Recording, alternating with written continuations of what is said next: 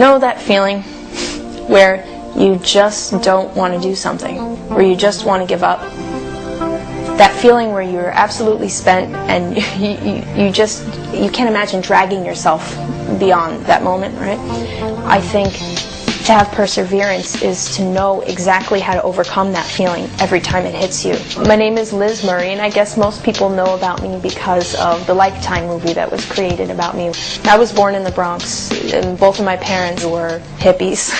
They had kind of done the New York City party scene thing, and then by the time the early 80s came around and my older sister Lisa and I were born, their hippie disco dancing thing had become a drug habit. And so Lisa and I grew up in a home where our parents were heavily addicted to drugs. They weren't careful. And my parents were using needles really freely. And my mother informed me one day that she had contracted HIV. The family just fell apart around this. My father lost the apartment that we grew up in. He began living in a homeless shelter.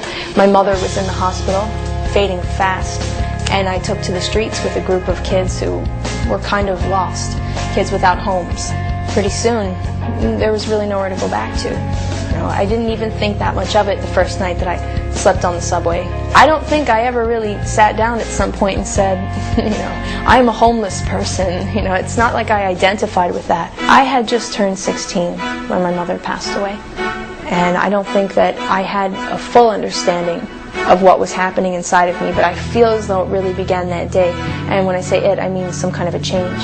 And so when she passed away, I had that touch. I did feel what it's like to see life there one minute and have it completely squashed and gone the next. And I did feel robbed. I realized basically that my time is limited, and I just said, if I keep going like this, I'm going to end up wasting my life too. I thought, I need to go to school, because I have all this potential inside of me, and how is it ever going to become anything? Since I was going to be 17 by the time I began high school, I just said, so I'll do high school in 2 years. Well, at the end, as I wrapped up and I finished high school, and all those applications got dropped in, I found this scholarship from the New York Times. So I applied to that, and all of this kind of happened at the same time. I actually had my interview at the New York Times the same day that I had my interview with Harvard. The next week, I found out that I was awarded the scholarship. Pretty soon after that, I got the letter.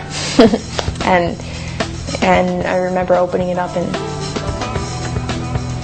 I don't really have words for it. If I could talk to myself back when I had given up, I would say don't look at the people around you who are doing things and think that they are made of something more than you. They learn some stuff, and they're putting it to use, and they're probably willing to work really hard for it, but they're not made of anything different than you are. Don't get psyched out. So long as you're willing to work past the point where you feel you have absolutely nothing left inside of you, that's perseverance.